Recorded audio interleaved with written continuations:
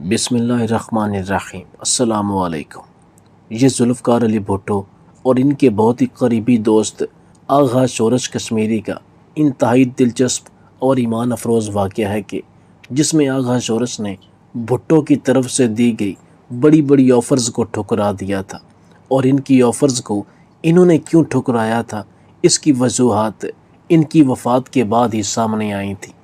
और ये वजह ऐसी थी जिसे सुनकर हर गैरतमंद शख्स का ईमान ताज़ा हो जाएगा। ये उन दिनों की बात है जब ज़ुल्फ़कार अली भुट्टो वज़ीर आज़म हुआ करते थे और उन दिनों आग़ा शोरश कश्मीरी का भुट्टो साहब के बेहतरीन दोस्तों में शुमार हुआ करता था। एक दिन कश्मीरी साहब भुट्टो के पास बैठे हुए थे कि बातों ही बातों में बच्चों का जिक्र होने लग गया।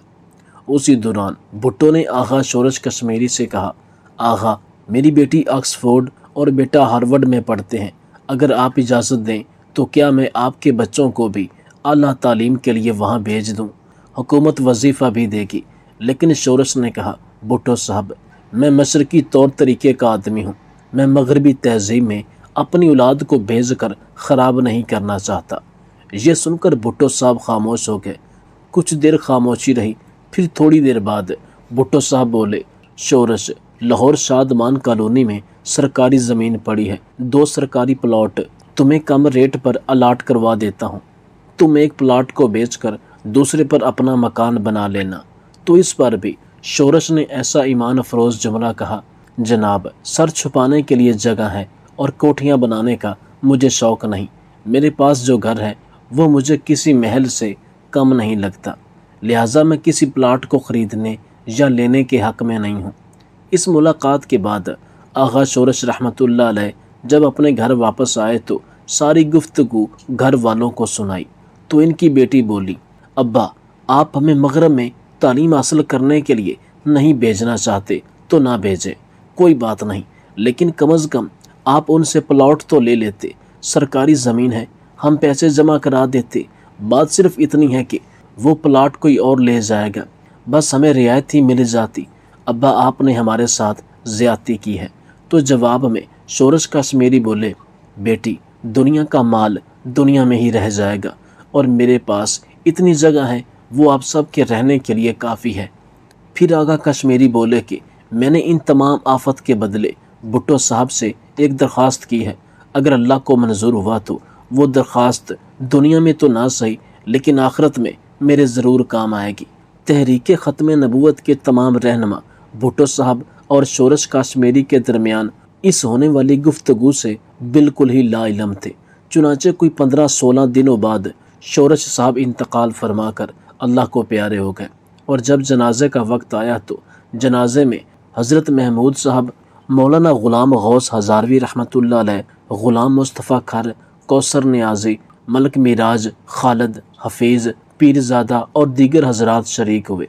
हज़ारों का इज्तिमा था। जनाजे के वक्त पूरा मजमा किसी की राह तक रहा था और इंतज़ामात ऐसे थे जैसे वज़ीर आज़म की आमद का इंतज़ार हो। लेकिन वज़ीर आज़म यानी भुट्टो साहब अपने अजीज़ दोस्त के जनाजे पर नहीं पहुँचे थे और इस बात पर सारा मजमा हैरान था कि भुट्टो साहब शोरश के जनाजे में क्यों नहीं आए, हालांकि वो तो इनके बहुत करीबी दोस्त थे। फिर आग़ा शोरश कश्मीरी साहब के इंतकाल के दूसरे ही दिन भुट्टो चीन के दौरे पर चले गए।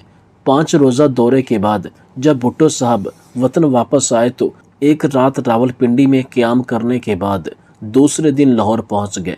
शोरश की कब्र पर हाज़िरी दी, फातिहा खाने की और शोरश के घर तज़ियत के लिए पहुंच गए। फिर जाहिर सी बात है, तज़ियत के दौरान बच्चों ने पूछा, अंकल, आप हमारे वालिद के जनाजे पे क्यों नहीं आए? ये सवाल सिर्फ मेरा नहीं बल्कि जनाजे में आए हर उस शख्स का है जो मेरे वालिद और आपकी दोस्ती के बारे में, आपके ताल्लुक़ के बारे में जानते थे। इसके अलावा हमारे रिश्तेदारों ने भी हमसे ये सवाल पूछा कि भुट्टो साहब आपके वालिद के जनाजे पर क्यों नहीं आए, क्या कोई नाराज़गी थी? तो भुट्टो साहब ये सुनकर जज्बाती हो गए। बोले, बेटा, आपके वालिद से मैंने एक वादा किया था लेकिन वो वादा मुझसे अपने अजीज़ दोस्त की वफ़ात से पहले पूरा ना हो सका। इस शर्मिंदगी की वजह से मैं नहीं आया। बच्चों ने पूछा, आखिर ऐसी कौन सी बात थी जिस वजह से आप अपने निहायत करीबी दोस्त के जनाजे में भी नहीं आ सके? تو اس پر بھٹو صاحب بولے کہ بیٹا جنرل عبداللہ علی اور جنرل ظفر چودھری قادیانی ہیں۔ شورش میرے پاس آئے اور انہوں نے مجھ سے کہا کہ آپ میرے بچوں کو یورپ نہ بھجوائیں اور پلاٹ بھی مجھے نہیں چاہیے، بس آپ اس سب کے بدلے مجھ پر ایک بہت بڑی مہربانی کیجیے کہ ان 2 قادیانیوں کو ہٹا دیں۔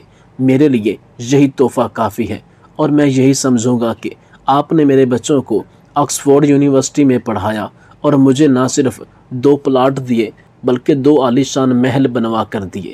لہٰذا میں نے اپنے پیارے دوست آغا شورش سے وعدہ کر لیا کہ مجھے تھوڑا سا وقت دو، میں آپ کی یہ خواہش پوری کر دیتا ہوں۔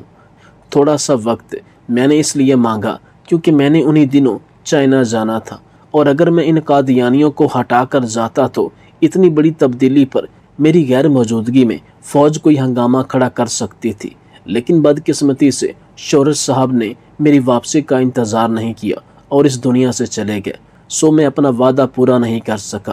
میری بیٹی اب آپ ہی مجھے بتاؤ کہ میں اس اتنی بڑی وعدہ خلافی پر اپنے پیارے دوست شورش کی میت کا سامنا کیسے کرتا؟ پھر نہایت غمگین لہجے میں بھٹو صاحب نے کہا کہ اس وجہ سے میں اپنے عزیز شورش کشمیری کے جنازے میں شرکت نہیں کر سکا۔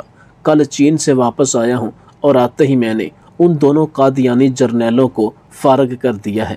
یہ واقعہ آج شام 5 بجے کی خبروں میں بھی نشر ہو جائے گا، لہٰذا میں اب سرخرو ہو کر آپ سب کے پاس آیا ہوں۔